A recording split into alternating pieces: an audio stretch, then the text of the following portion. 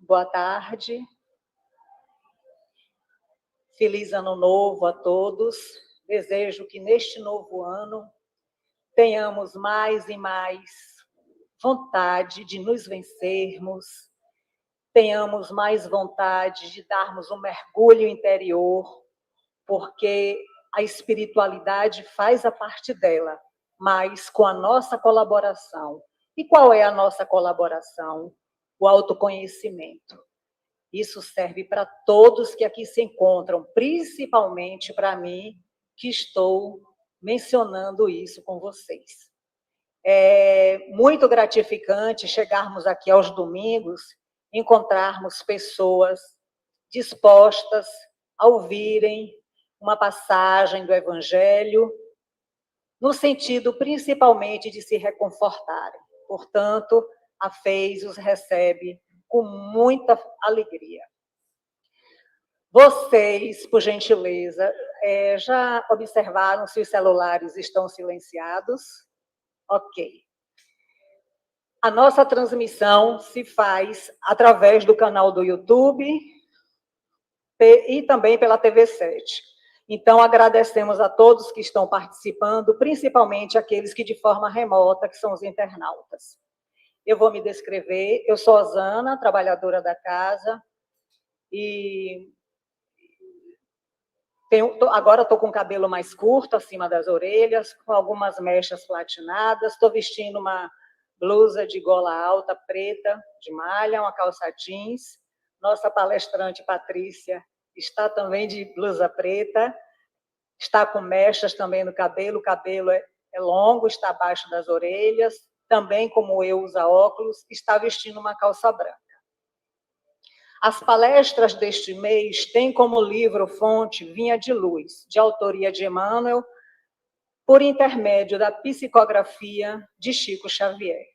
O tema da tarde de hoje é Vê como vives. Vamos preparar o ambiente e eu vou ler para vocês do livro Vigiai e Orai, de autoria do irmão José, por intermédio da mediunidade de Carlos Bacelli, a seguinte mensagem: a caminho. A caminho, não retrocedas, não se desviem da senda, não estaciones à margem, lamentando, nem te distraias com excesso, olhando a paisagem.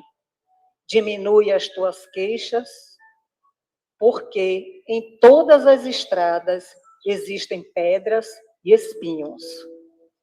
Cada viajor ao teu lado é um mundo de emoções diferentes. Habitua-te a ouvi-los, sem permitir que te desalentem. Não ignores quem te estenda a mão. Mesmo aquele que se revela em maior necessidade, o auxílio aos outros é sempre possível. Não queiras que tudo venha a ti. Um sorriso não te custa nada. Um gesto de solidariedade é uma ponte sobre o abismo. A caminho, passo a passo, segue adiante. Do Evangelho segundo o Espiritismo, saiu do capítulo 21, o item 8, os falsos profetas. Deixa eu arrumar. Se alguém disser, o Cristo está aqui, não o procurem. Ao contrário, fiquem atentos, pois os falsos profetas serão numerosos. Não veem as folhas que caem da figueira, que começam a esbranquecer? Os brotos numerosos, esperando a época da floração? E o Cristo não disse a vocês, reconhece-se uma árvore por seus frutos? Se os frutos são amargos, já sabem que a árvore é má. Mas se os frutos são doces e saudáveis, vocês dirão, nada de tão puro pode sair de uma árvore má. É assim, meus irmãos, que devem julgar. São as obras que devem ser examinadas. Se os dizem, revestidos do poder divino, revelam todos os sinais de uma missão de natureza elevada. Ou seja, se possuem um alto grau se possuem em alto grau as virtudes cristãs e eternas, tais como caridade, amor, misericórdia, bondade, que reconcilia todos os corações, e se além das palavras juntam também os seus atos, então podem dizer: estes são realmente enviados de Deus. Desconfiem das palavras açucaradas, desconfiem dos escribas e dos fariseus que pregam nas praças públicas vestindo longas túnicas. Desconfiem daqueles que dizem ter a posse única e exclusiva da verdade.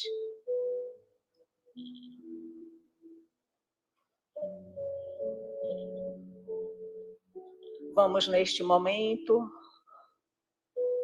silenciar nossas emoções, suplicando ao Deus de amor que envolva esta instituição abençoada, que possa este mesmo Deus delegar aos seus emissários de luz a dedicação tão necessária a fim de nos ampararmos. Que a palestrante na tarde de hoje, Patrícia Lins, nossa querida companheira, possa se sentir envolvida pelo amor desses emissários e que todos nós possamos sair daqui reconfortados e com os corações cheios de convicção do que nos será dado na tarde de hoje. Que as bênçãos celestiais permaneçam conosco hoje e sempre, e que assim seja. Pátia, a palavra é toda sua, fique à vontade.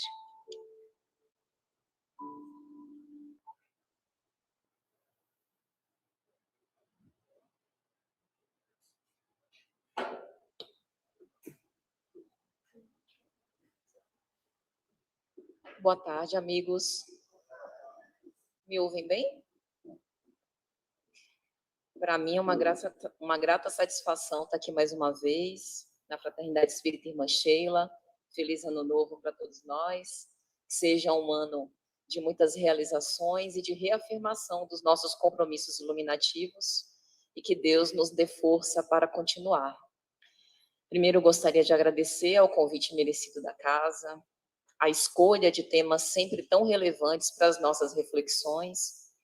Fonte Viva é uma coleção do Espírito Emmanuel pela psicografia de Chico Xavier, e a obra de hoje tem uma coletânea de mensagens muito reflexivas para nós, que é Vinha de Luz, especialmente nessa mensagem, que é o capítulo 2, Vê Como Vives. Agradecer a presença de todos, encarnados e desencarnados, principalmente da espiritualidade superior que nos sustenta e nos ampara. Vê Como Vives é uma mensagem que tem tudo a ver com um trecho do Evangelho que a nossa querida amiga leu aqui, dos falsos profetas. E eu gostaria de tentar aventurar uma contextualização. Nessa mensagem, Emmanuel vai nos lembrar que andar conforme o amor não é dever de privilégio. Por exemplo, nas lides espíritas, dos trabalhadores das casas, dos palestrantes e dos médiuns. Daqueles que têm o poder transitório nas mãos, dos que ocupam cargos no governo, dos cientistas que estão nos laboratórios desenvolvendo novas estratégias para tratamento de doenças, daqueles que têm alguma riqueza, alguma dose de inteligência, algum pequeno privilégio nas mãos. Por quê? Emmanuel inicia o capítulo trazendo um versículo da parábola dos talentos, como a nos lembrar que cada um de nós temos esse empréstimo concedido pelo maior investidor de todos os mundos, que é Deus, que é a nossa própria vida, que é a oportunidade da reencarnação, que são as nossas virtudes, que são as chances que a gente tem pelas experiências de multiplicar esses dons celestes. Porque a paciência que eu desenvolvo, na verdade, não é minha.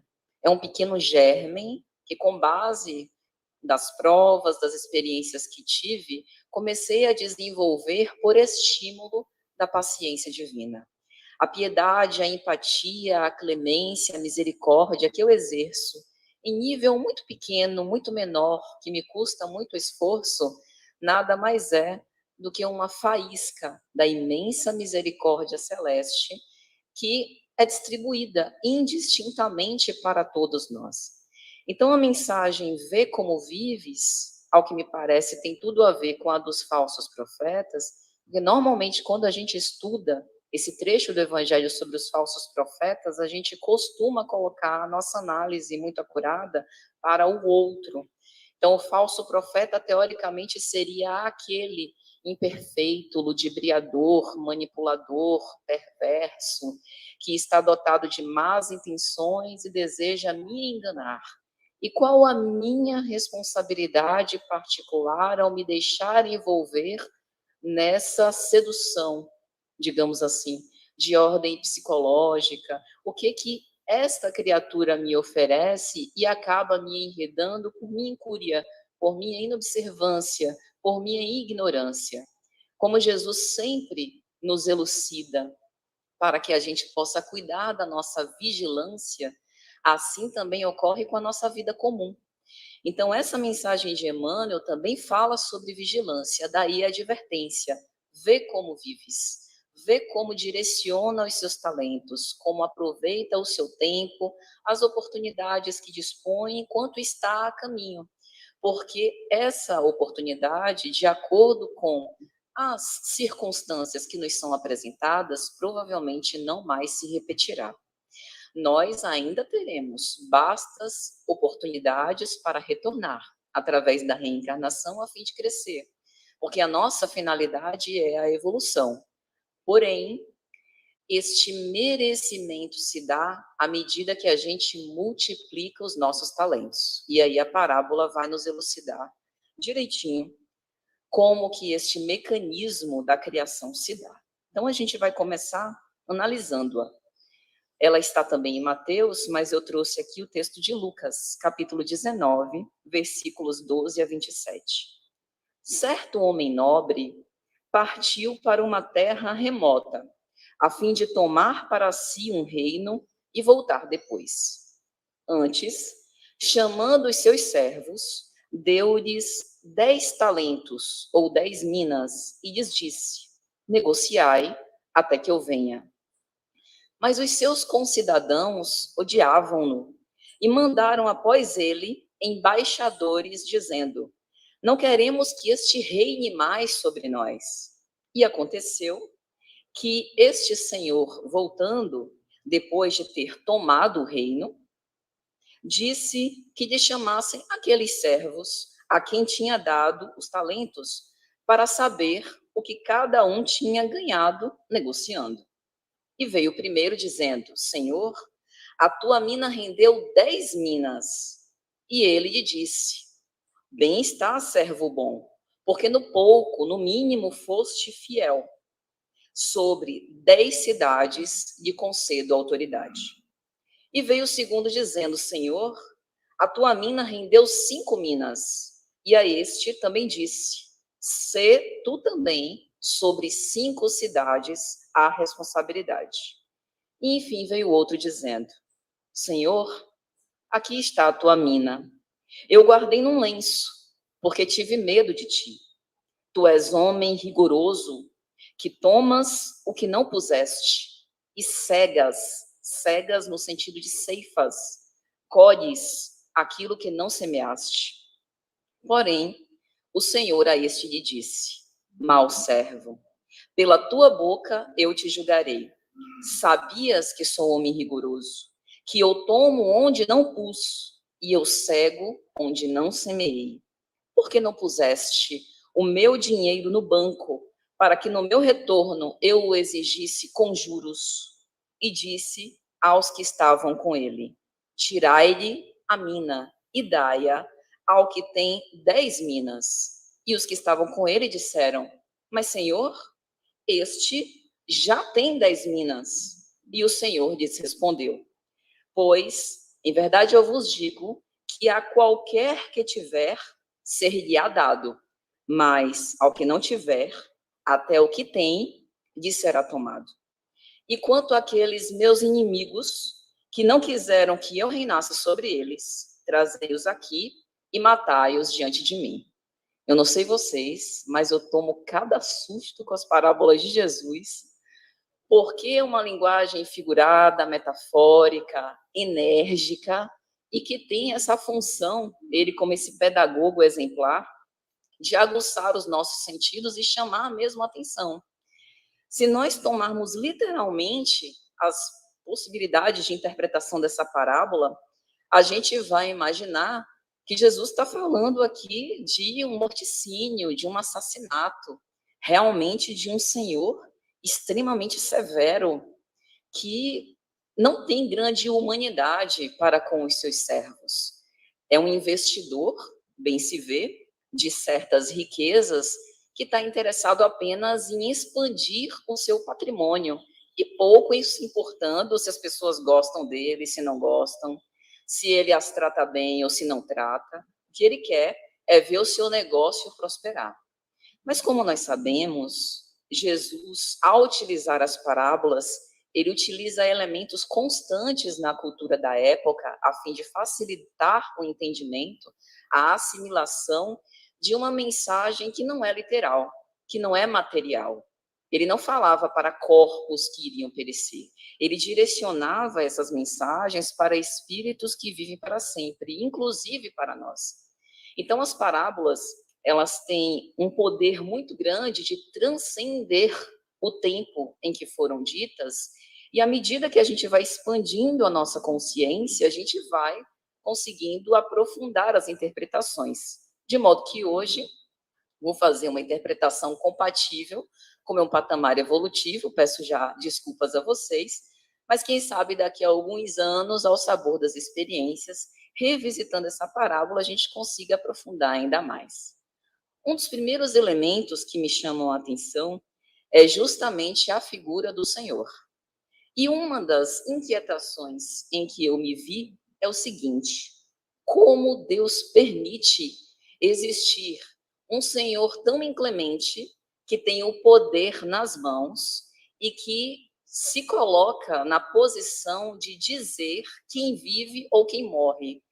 Porque, ao que parece, quando os concidadãos ou compatriotas odeiam esse senhor que vai tomar um novo império, que vai tomar um novo reino, ele não é benquisto.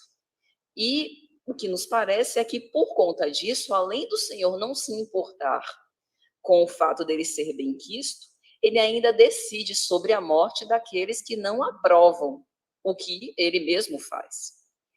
E essa reflexão acaba sendo resolvida pela seguinte constatação: e se esse Senhor não for ninguém abaixo ou acima de Deus, mas o próprio Pai Celestial, que aparentemente tem essa severidade, mas que no fundo, não é uma severidade literal, mas sim uma lei com respeito à qual não se pode burlar. Porque quando a gente pensa de um senhor que vai para fora tomar um reino, e a gente revisita historicamente o Império Romano e todos aqueles imperadores e reis que tomavam o reino, a gente sempre lembra de que era algo com base na astúcia, na movimentação de grandes batalhas, pela força, né? E os reinos conquistados quase sempre se tornavam servos escravizados. Então, era algo feito à base de muita violência. E isso, não obstante a grande violência e crueldade, pode parecer uma metáfora em relação à atuação do Pai Celestial no seguinte sentido: não importa a Deus se nós o amamos, reconhecemos a sua magnificência, a sua grandiosidade, se nós acreditamos nele ou a fé que nós professamos. Ele nos ama de qualquer maneira. Por isso ele estende a sua paternidade sobre todos os povos, independente de etnias, de raças, de crenças, de posições geográficas, de condições sociais, de vocações políticas, das ideias que nós tenhamos. Ele é e o é eternamente, acima de todas as nossas perquisições, sentimentos. E quando a gente tem o final, que o Senhor se vira para os seus inimigos que não quiseram que ele reinasse e ele dá a ordem para a não existência, nos parece que isso significa metaforicamente o seguinte: nada há fora de Deus. A sua lei é uma lei em relação à qual não se pode fugir, por mais que nós insistamos, tememos e queiramos. A lei de amor, ela é uma força que nos propele, porque nós fomos criados por essa força, por essa inteligência suprema, pelo amor e para amar. Então, por mais que a gente tente se afastar, não há contrário, não há concepção de vida, de existência, fora desses ditames, fora dessas leis, fora dessa força, né, que nos dirige. Então, essa a primeira hipótese. Uma outra hipótese interessante, interpretação que a gente pode ter dessa parábola é: esse senhor nobre, ele é alguém que se coloca na parábola como um grande investidor. E nos parece que essa, mais uma vez, é uma analogia perfeita para Deus. Porque enquanto inteligência suprema, criador de tudo quanto existe no universo, nada criou, e ainda hoje sabemos que cria, como Jesus nos diz, sem serventia. Tudo quanto existe tem uma finalidade, inclusive nós. E em O Livro dos Espíritos, nós vamos saber que, enquanto princípios inteligentes do universo, talvez nós sejamos o maior investimento do Senhor. Porque, veja bem, ele nos criou simples e ignorantes, concedendo-nos a vida imortal. Isso significa que a gente não vai deixar de existir. E à medida que a gente tem o nosso livre-arbítrio, nós vamos tendo as experiências e a possibilidade de avançar e progredir sempre, material e espiritualmente. O que quer dizer desenvolvendo a nossa consciência moral. De modo que nós, em espírito, temos o germe de todas as virtudes que haveremos de desenvolver até a finalidade. E a nossa finalidade é a perfeição relativa, dada ao homem alcançar, como nos elucida o Evangelho segundo o Espiritismo, mais a perfeição. O que significa passar por todos os estágios da humanidade e um dia chegarmos a ser espíritos purificados, do qual o exemplo por nós conhecido, modelo para todos nós, é o próprio Cristo. Isso significa que, de fato, assim considerando, Deus é um grande investidor. Olha quantos investimentos ele distribuiu pela face da terra em diferentes localidades, submetido a várias experiências. Não parece conosco? Vamos fazer uma analogia. Nós temos o nosso provento material, e aí a gente separa parte do nosso salário para custear as nossas despesas e parte a gente decide investir. Normalmente, o que a gente faz? A gente divide essa parcela que a gente vai investir em algumas fontes. Eu não conheço muito não, viu? Vou aqui falar aleatoriamente. Tesouro direto, mercado de ações, CDB, poupança, aplicações financeiras. E por que a gente divide? Porque o mercado tem diversas influências, né? Da economia, da política, de aspectos sociais. A gente vai testando para ver aquilo que tem uma maior rentabilidade, às vezes rende mais no mês, rende menos no outro, e a gente vai observando. E desse modo, a gente vai decidindo aumentar o nosso investimento naquilo que a gente vê retorno, na multiplicação do que a gente colocou como substrato, digamos assim, para os nossos investimentos. Guardadas as devidas proporções, porque para nós é difícil sondar os desígnios celestes, parece que Jesus, ou melhor, parece que o Senhor, que Deus, faz algo parecido conosco, quando nos coloca em determinadas estruturas familiares, submetidos a certas provas e experiências, nos experimentando, nos provando, para ver a capacidade que a gente tem de multiplicar oportunidades. Então, no fundo, o que ele analisa não é exatamente as competências ou as habilidades como que desfiladas num currículo invejável de cada um de nós. É a quantidade ou a potência de amor que a gente aprende a desenvolver em cada situação em que a gente é exposto. Dentro do centro espírita, dentro do ambiente familiar, no nosso ambiente profissional, em diversas circunstâncias. Por quê? Porque o que ele quer é fazer o que o Senhor fez com os seus servos considerados bons. Vamos voltar ao texto. O primeiro, que pegou a mina que rendeu 10 minas. Ele lhe diz, porque foste fiel no pouco, sobre 10 cidades terás autoridade. Tem uma palestra de Haroldo em que ele vai explicar muito bem a questão dos talentos, que os talentos não são exatamente dinheiro, mas uma unidade de peso. O talento, naquela época, era uma espécie de pedaço de metal que pesava cerca de 30 quilos e poderia ser trocado, digamos assim, por qualquer fonte de riqueza, ouro ou prata.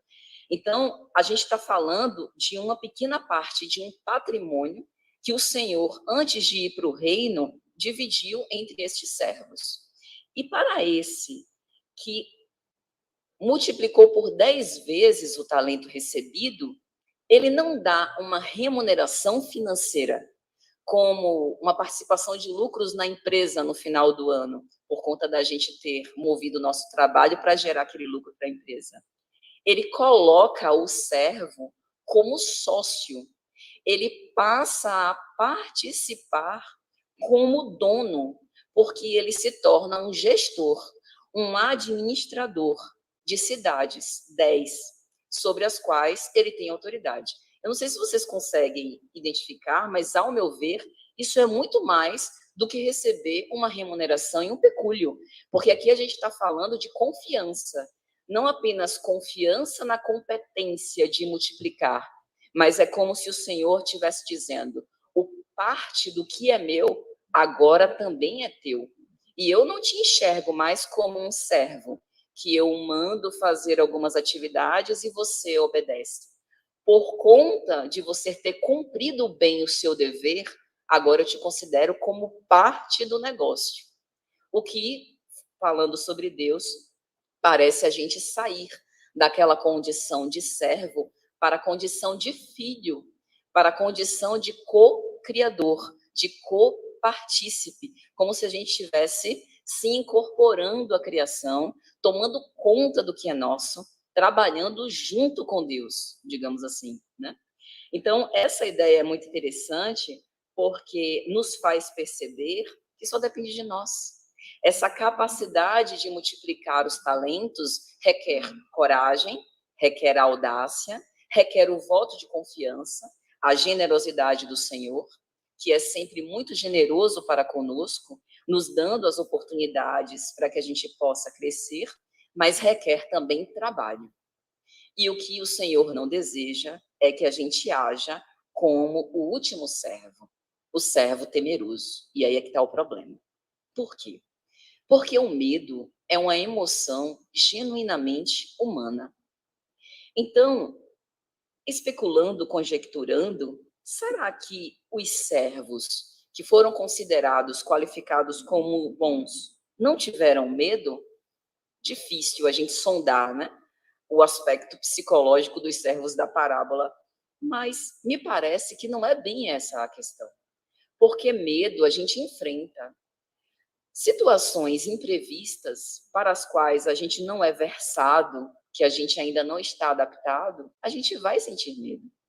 Uma proposta de emprego, a primeira vez que a gente vai fazer uma apresentação, quando vai conhecer uma pessoa nova, né? Quando vai comprar uma casa e não conhece direito as pessoas, que busca referências, busca orientações, diversas situações em que é natural a gente sentir medo.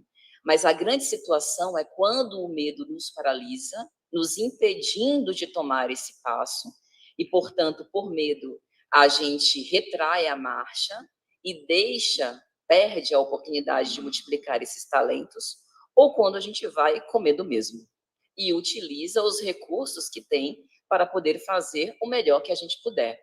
Veja que nem sempre, primeiro que parece na parábola que não tem rendimento padrão. Qual seria o rendimento ideal? Isso não fica explícito. Tanto o que fez render 10 minas, quanto o que fez render 5, são considerados bons. Então, parece que não é o quanto. Eu preciso fazer render 100%, 200%, 300%, mas é o quão sacrificante essa multiplicação dos talentos é para mim.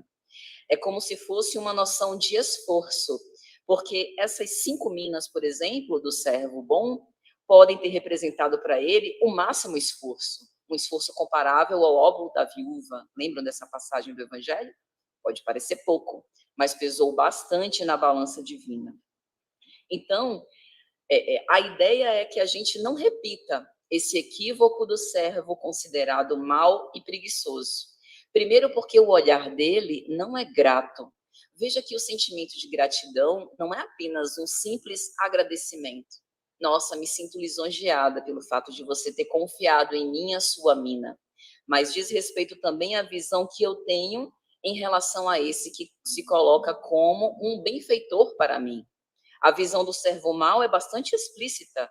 Tu és homem rigoroso, tomas onde não puseste, cegas o que não semeaste, quase chamando o Senhor de alguém injusto, de alguém que quer trabalhar sem se esforçar para tanto e que está quase que sacrificando, né? Contando com esse trabalho escravizado daqueles que são os seus servos. E o Senhor o julga de acordo com a mesma ótica.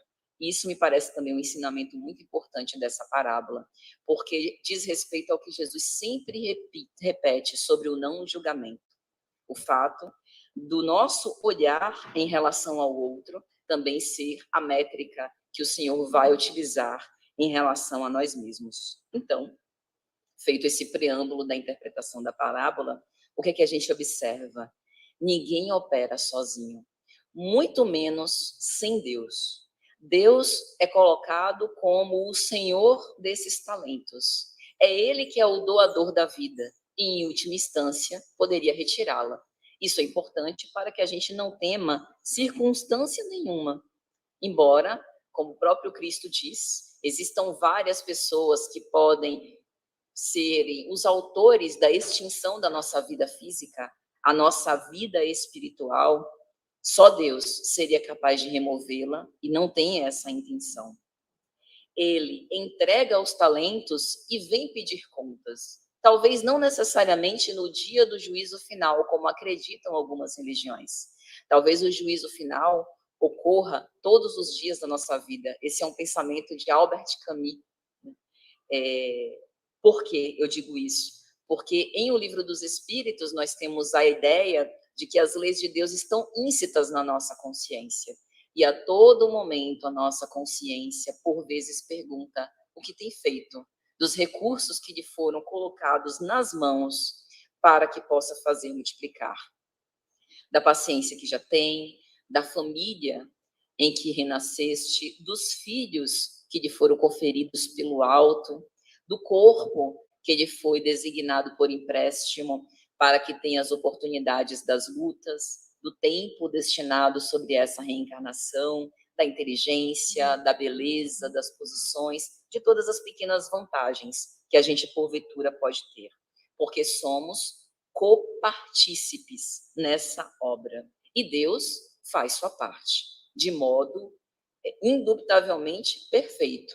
E espera também que nós possamos fazer a nós.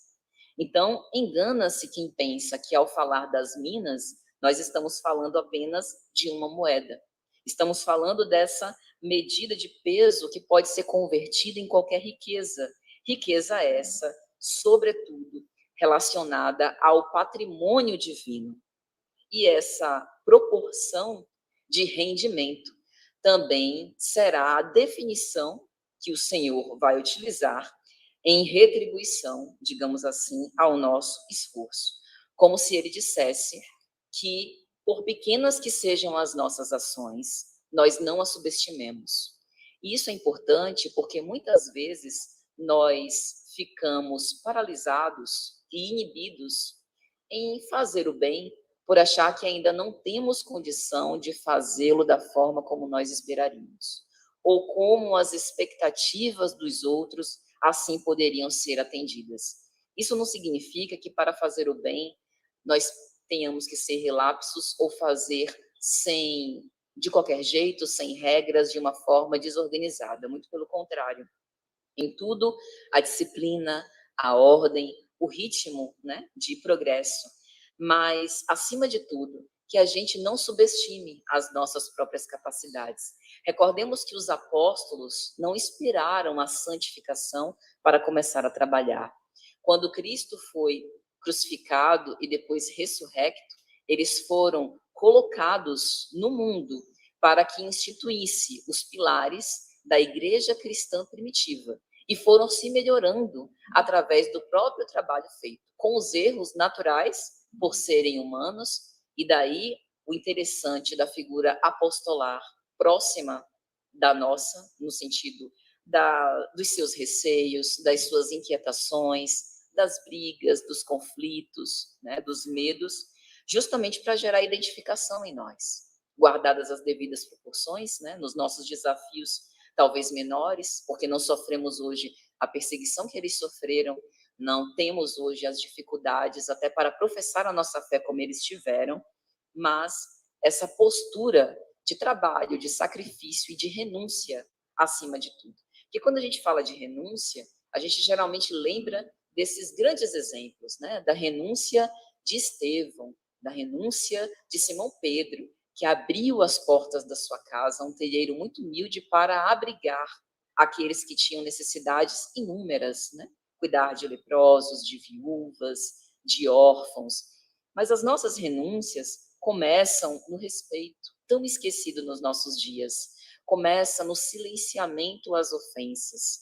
Começa no direito que a gente dá dos outros pensarem ao nosso respeito o que eles quiserem, inclusive o mal, sem que isso nos fira de morte e a gente não tenha esse ímpeto de reagir olho por olho, dente por dente. Talvez isso seja a prática do dar a outra face, como Jesus nos conta no Sermão da Montanha. Então, as nossas posturas perante a vida é que vão definir a qualidade de servos ou de filhos que a gente vai se transformando. E elas podem tanto fazer a gente avançar e progredir muito, como retardar a nossa marcha. Antes de tudo, nós seremos responsabilizados pelos nossos atos. Então, o talento parece representar essa oportunidade, cada prova, cada experiência, por pequena que seja e por mais difícil. Às vezes, uma enfermidade dolorosa, às vezes, um momento de alegria, de confraternização com pessoas que amamos. A riqueza da vida que nos foi dada, seja a peso de ouro ou a peso de prata, na condição que nos encontramos. Porque, às vezes, nós fomos presenteados com os talentos e a gente olha assim, que talento mais ou menos. Eu acho que eu vou esperar para eu receber um talento melhor, que seja um pouco mais valioso, né? Tipo uma arca de ouro ou de prata, porque esse talentinho ainda está aquém das minhas possibilidades. Recordemos que o Senhor parabenizou o servo por ser fiel no pouco.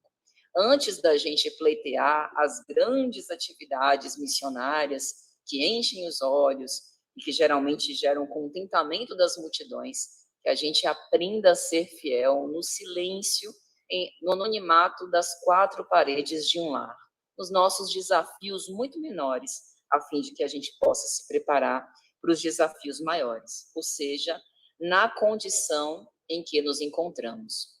Os nossos talentos também podem representar a nossa riqueza interior, os nossos valores, os nossos princípios. Será que eles perderam a importância? Porque numa sociedade de valores tão controversos e fluidos, em que, por vezes, a lucidez seja artigo de luxo, às vezes a gente se questiona se a gente que está errado e o mundo que está certo, né? Mas a gente esquece que cristão significa andar na contramão das conveniências humanas. Certa vez eu estive na Federação Espírita aqui da Bahia, ouvindo uma preleção de Peixinho, e ele falou uma coisa que eu jamais esqueci. Ele disse, olha, cristão é estranho. Se você está passando na rua, está sendo aplaudido, recebe muitas curtidas em redes sociais, comentários muito amorosos, sinto lhe dizer, tem alguma coisa estranha. Porque os cristãos sempre foram perseguidos, em qualquer tempo, por conta da diversidade de propósitos que o cristão normalmente elege e que o mundo elege. Isso não significa, não é um pretexto para a gente comprar briga com o mundo e querer ser o esquisitão, o estranhão, né? Para ser o diferente de todos. Mas nos implica que talvez a opinião alheia a nosso respeito nem sempre seja concordante com aquilo que a gente espera. Então, se a gente está esperando reconhecimento, talvez para servir melhor, ou os aplausos para servir de estímulo para continuar com os nossos valores, com os nossos princípios, com os nossos objetivos, melhor a gente pensar as coisas de outro modo. Porque quando a gente tem esses objetivos bem definidos, essa motivação para realizar e para alcançar vem do próprio esforço empregado. Isso não significa ignorar a opinião alheia. Como dissemos, crescemos juntos e estamos aqui para poder compartilhar os nossos valores, as nossas qualidades, né, para que a gente possa atingir essa meta de uma forma solidária, com um clima fraternal, mas o esforço, de fato, sempre será individual. E o quanto nos custar, em termos de tempo, de renúncia, de dedicação, de trabalho, pouco importa. O que importa é que durante esse esforço a gente vai desenvolver essa capacidade de multiplicar os talentos. As experiências, elas sempre nos vão levar a esse processo de amadurecimento próprio, vão nos levar a expandir a nossa capacidade de compreensão. Uma das coisas que eu mais observo de dificuldade por trás dos conflitos que chegam na minha atividade profissional é a dificuldade imensa que a gente tem de escutar. Escutar é diferente de ouvir, porque por vezes o corpo está aqui presente, os ouvidos estão colados na cabeça, mas a nossa mente está viajando por outros lugares.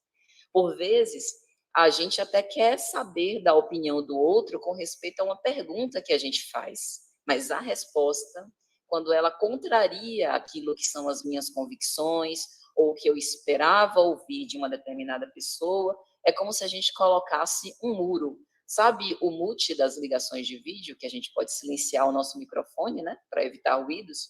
A mesma coisa, a pessoa está falando, a gente desse um mute psicológico em certos trechos e fizesse uma seleção muito particular daquilo que a gente acolhe, escuta, e daquilo que a gente rejeita. E isso não é escuta. E isso tem proporções imensas, desde crianças e adolescentes que se cortam, que tentam suicídio, porque não vem espaço na família. Como se, uma vez uma jovem falou para mim, é como se eu estivesse assistindo os meus pais pela TV. Eu sou uma telespectadora da vida deles. Como se eu não encontrasse espaço. O meu mundo não é interessante. São mundos distintos e quando eu tento falar sobre aquilo que eu gosto, não, mas isso para mim não tem relevância. E isso não significa que os pais sejam perversos, que não amem os seus filhos e que não queiram se aproximar. É como se perdessem esse caminho. Muitas vezes querendo cuidar do futuro deles. Passam mais tempo fora de casa, trabalhando para poder ter aquele patrimônio, colocar nas melhores escolas, dar as melhores oportunidades. Mas a escuta é essa proximidade simbólica, porque física normalmente há, estão debaixo do mesmo teto, mas distanciados a quilômetros, cada um dentro, imerso no seu próprio mundo, no seu celular. E essa escuta, essa dificuldade se expande para além do lar. Então, às vezes, a gente chega num consultório médico, fala, estou só citando um exemplo, viu, gente? Tenho o maior respeito e admiração pelos médicos, como poderia citar qualquer outra profissão. Às vezes, a gente chega em um determinado lugar para falar com um profissional, fala, mas sente que não é acolhido. Essa falta de escuta, ela pode ser treinada, assim como o exercício de amor também. Porque é uma compreensão que começa primeiro em mim, na leitura das minhas necessidades, e que eu consigo expandir para o outro. Exatamente como a gente vê de forma fenomenal no caso do Cristo, que exemplificava uma escuta além de todos os limites. Então, é a partir disso que a gente vai se conectando conosco, se conectando com o outro e, sobretudo, se conectando com Deus. Essa comunhão indissociável que a gente busca com o Senhor, ela passa necessariamente a prestar atenção a esses sinais, a esses elementos que, por vezes, não estão presentes no discurso falado propriamente. Às vezes estão numa expressão facial, num jeito, numa entonação com respeito àquilo que a gente ouve ou como a gente fala. Então, para que a gente possa seguir nesse caminho, no sentido de desenvolver a capacidade de multiplicar os nossos talentos, sobretudo em relação à capacidade de amar, o que nos deve nortear são exatamente os nossos valores, aquilo que é importante para nós. E se somos cristãos, necessariamente esses valores estão pautados naquilo que a filosofia moral do Cristo vem nos ensinar. Capacidade de compreensão, de perdão, a mansuetude, a pacificação, a tolerância, amar mais, ou seja, não amar apenas o que nos amam, mas amar também os nossos adversários, aqueles que nos querem mal, como diz Jesus no Sermão da Montanha. A nossa justiça, como ele mesmo diz, deve exceder a justiça dos escribas e dos fariseus, né? Ou seja, que a gente não busque apenas as recompensas ou compensações, mas dê primeiro, para depois possamos recolher, digamos assim, os frutos do nosso esforço. E esses valores não devem ser negociados sob pretexto nenhum, sob nenhuma circunstância, porque multiplicar os talentos necessariamente é escolher aquilo que nos faz crescer, aquilo que nos faz evoluir. E se os valores e princípios são nossos, para que nós possamos andar conforme o amor, por mais que aquele que esteja andando ao meu lado discorde das escolhas que eu faço, no fundo, sou eu e minha consciência. Então, não é que eu não goste, despreze a pessoa que está comigo, mas, acima de tudo, sou eu que estou com essa incumbência, como todos nós, de multiplicar os nossos talentos. E isso não é egoísmo. Jesus, aquele que representou para nós o modelo perfeito da humanidade que ainda estamos em vias de desenvolver, porque ele, como diz o Espírito Joana de Ângeles, já representa a humanidade integral, foi o ser que maior amor próprio demonstrou para nós, né, aqui na Terra. No sentido de que o seu amor a si mesmo era tão imenso que espraiava para o amor a todos, contagiando, formando, portanto, representando um amor imbatível. E esse amor próprio é justamente essa busca do crescimento próprio, da evolução, do progresso, de andar conforme aquilo que o Senhor espera de nós. Como ele mesmo dizia, a minha vontade, o meu alimento é fazer a vontade do Pai. Um dia chegaremos lá, desprezaremos os nossos caprichos pueris para apenas satisfazer a vontade do Pai.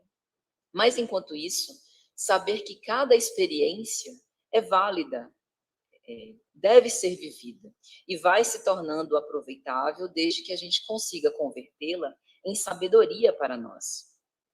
E, voltando um pouco na questão da parábola, é interessante a gente observar que esse momento de aferição pode se dar a qualquer tempo, porque aqui a gente falou sobre a aferição na nossa consciência, que sempre funciona como aguilhão, como métrica, para saber se a gente está se conduzindo da forma coerente.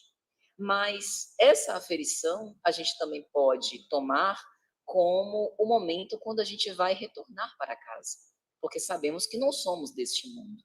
Estamos aqui pela experiência que o planeta terrestre nos proporciona para que a gente possa evoluir e crescer.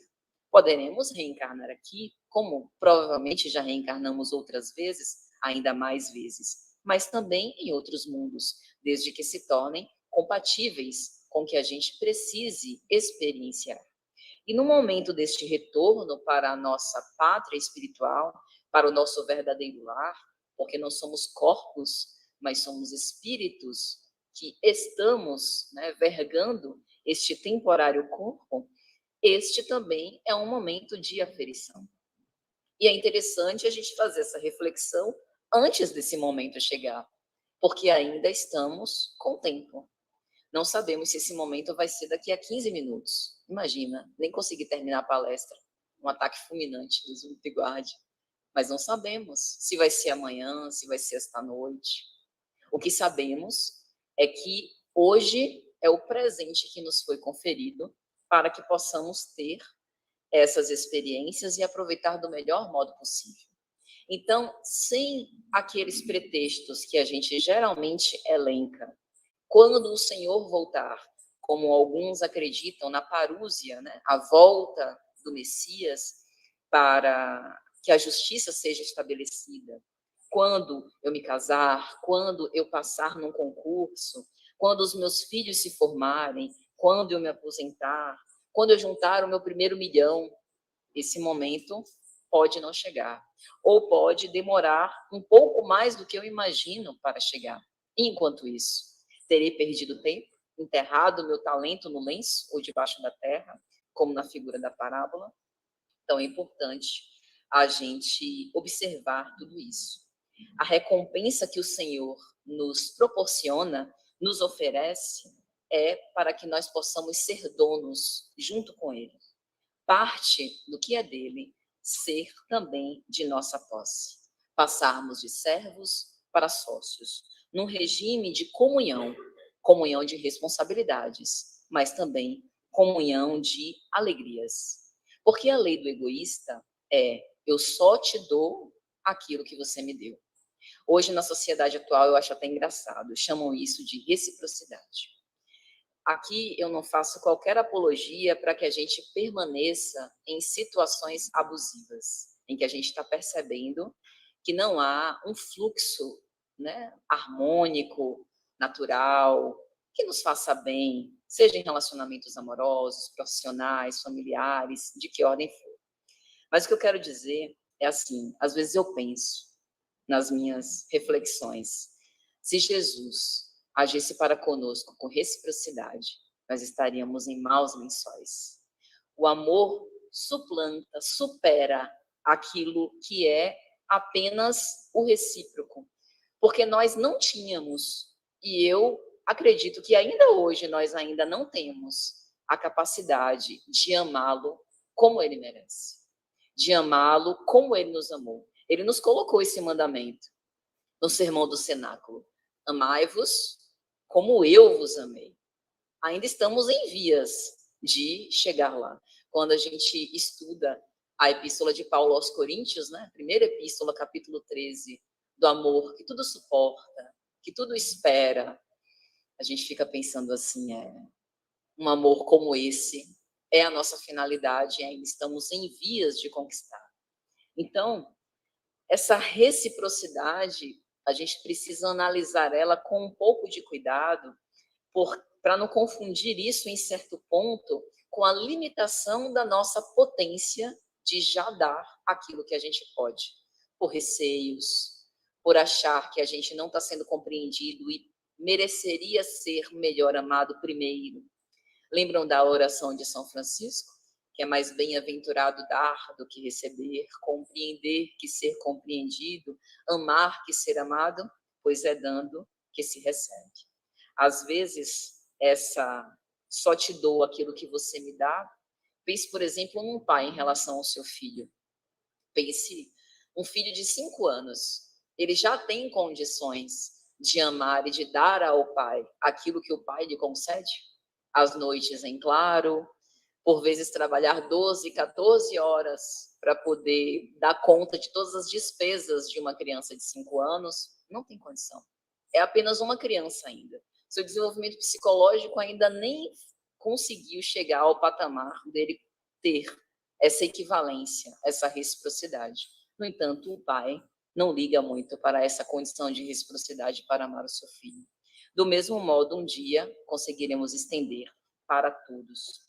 Então, Depois de fazer essas reflexões sobre a parábola e seus desdobramentos, vamos à mensagem de Emmanuel. Vê como vives. Num trecho ele vai dizer: toda a existência do homem é um grande conjunto de negócios espirituais. Olha que expressão interessante. Negócios espirituais. Mas como assim? Estamos comercializando com Deus? Vamos repetir o erro dos vendilhões do templo que Jesus recriminou? Não nos parece que seja exatamente isso. Mas quando a gente lê negócios, negociações, do que a gente lembra? Regime de permutas, de trocas, de aquisições, de investimentos, de empréstimos, de prejuízos. Às vezes nem mereceríamos essa existência corpórea, mas patrocinaram essa bênção da reencarnação como um investimento para que a gente pudesse ter mais uma oportunidade para poder recapitular os nossos equívocos. As trocas e permutas que a gente faz entre encarnados e desencarnados, com o objetivo de que todos nós reciprocamente possamos aprender. As sessões mediúnicas são um exemplo disso, em que os médiuns e doutrinadores se colocam naquela condição com o objetivo de receber muitas vezes não apenas os benfeitores, mas sobretudo os espíritos sofredores, a fim de que a gente possa aprender com as experiências e eles também possam seguir adiante com os seus desafios. Então, a existência do homem enquanto um conjunto de negócios espirituais nos lembra que se muito nos foi dado, muito também nos será cobrado. E isso deve não nos deixar neuróticos ou extremamente preocupados, mas responsáveis por tudo que a gente recebe. Emmanuel também vai falar que a vida não passa de um ato religioso permanente, com vistas aos deveres divinos que nos prendem a Deus.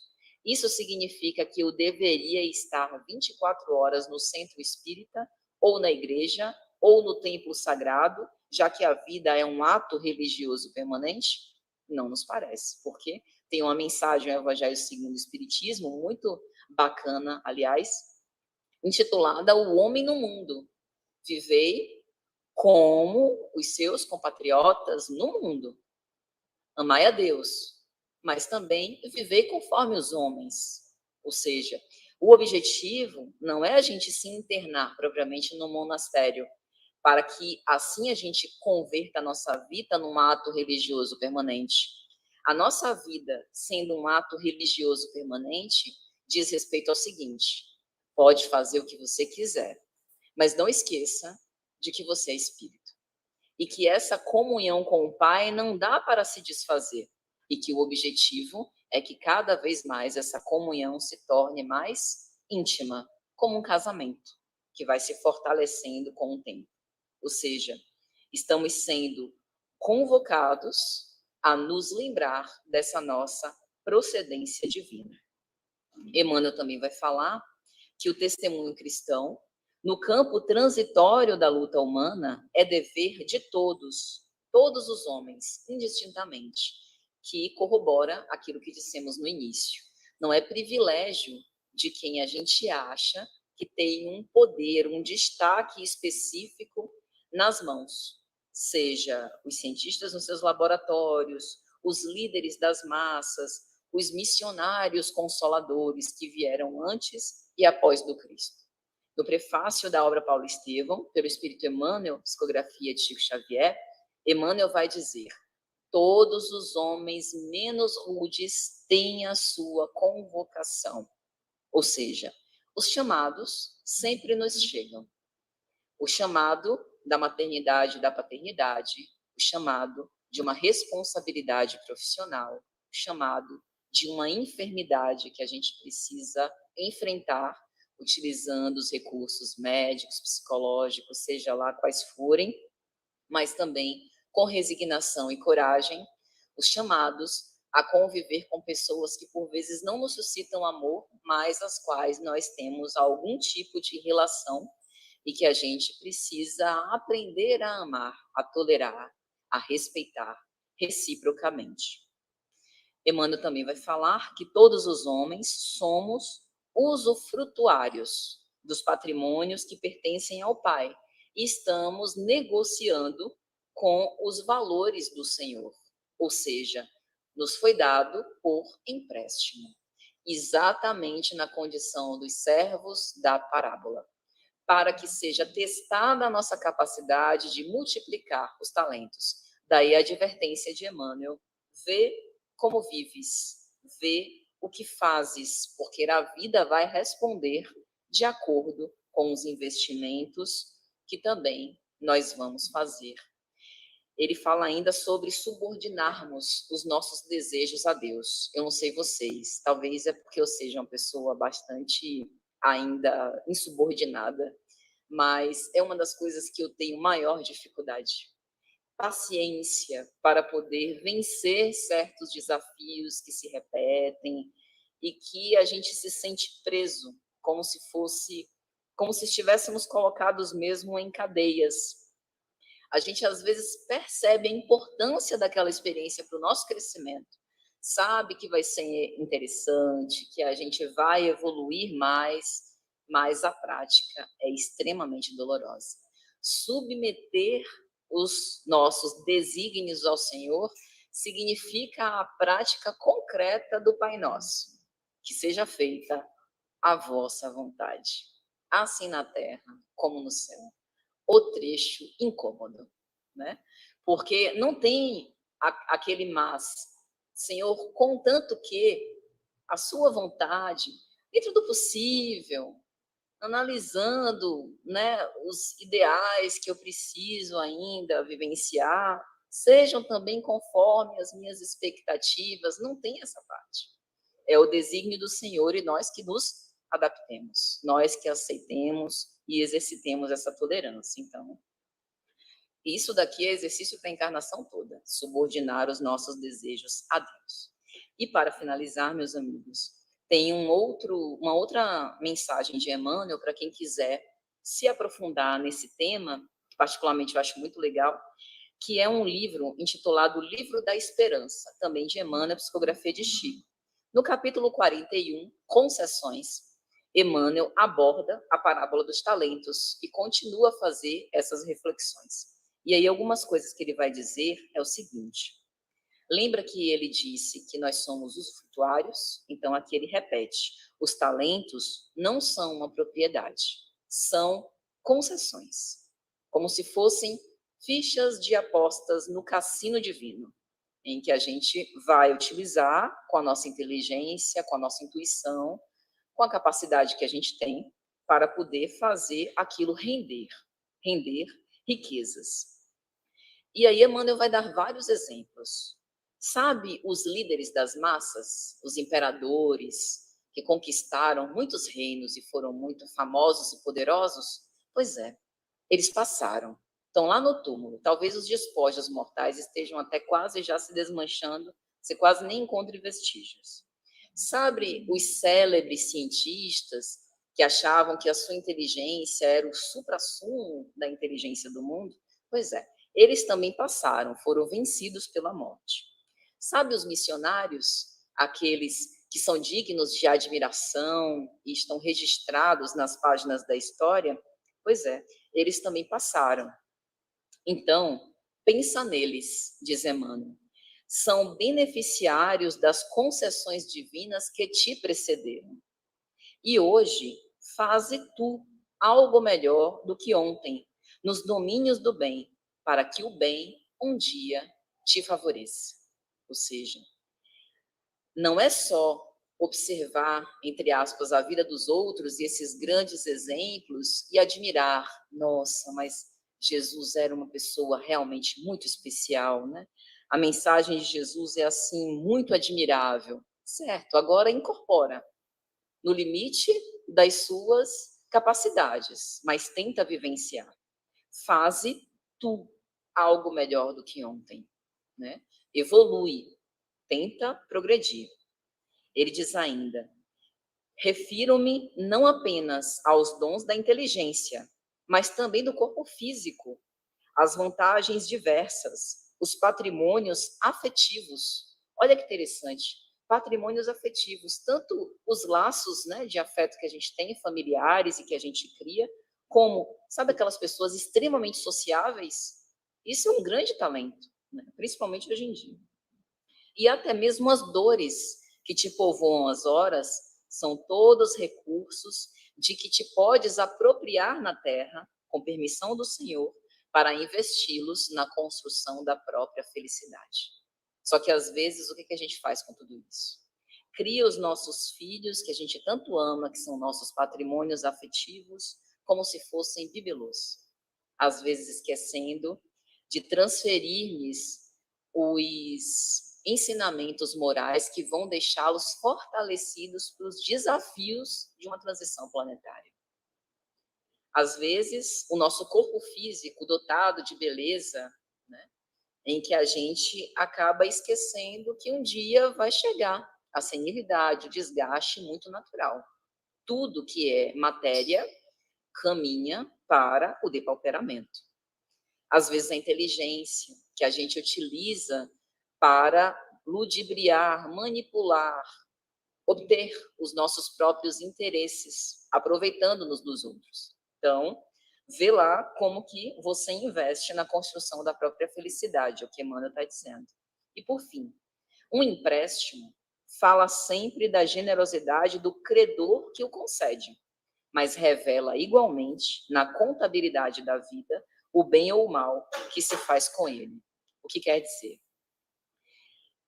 Esse empréstimo que nos foi concedido pelo Senhor, doador da nossa vida, fala muito sobre a extrema generosidade do Pai. A parte dele, ele já fez. Agora é conosco.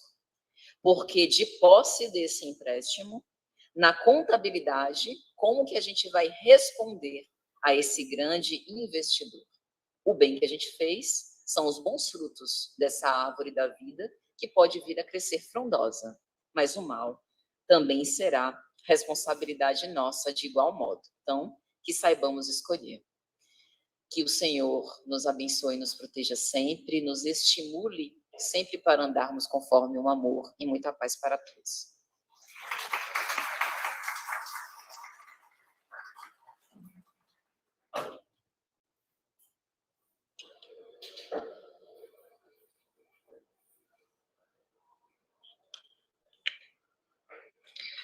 Que seja sempre feita a vontade de Deus e que Ele sempre queira que você retorne aqui, Pati, para o nosso convívio.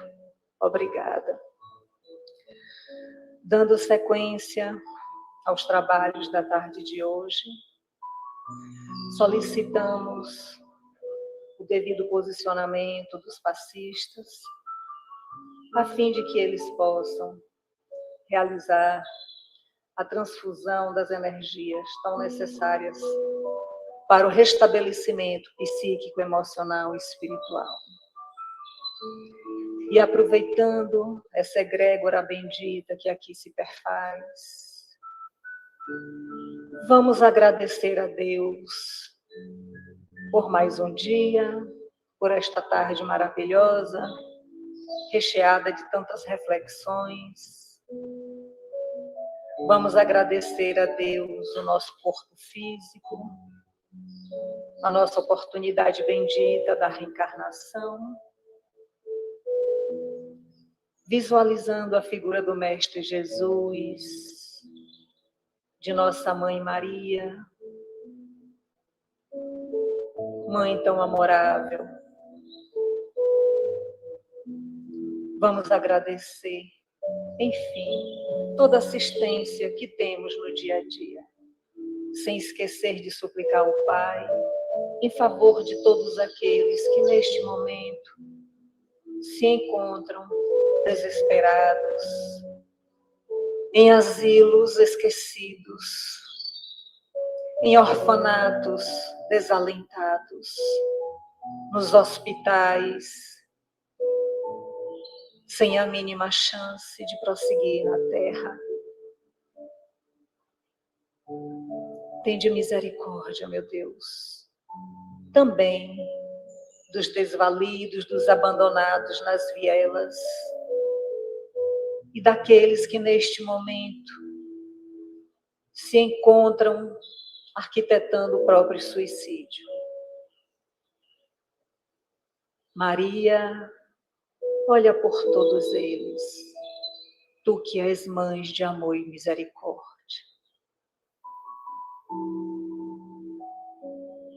E assim, agradecidos a Deus por tanta bondade que se fez na tarde de hoje, por intermédio da dedicação dos benfeitores de luz, e com os corações agradecidos, damos por encerradas as nossas atividades, desejando a todos uma excelente semana. Que vocês todos tenham um ano de grandes desafios, mas com certeza, acima de tudo, com a fé no coração de vocês. Que assim seja.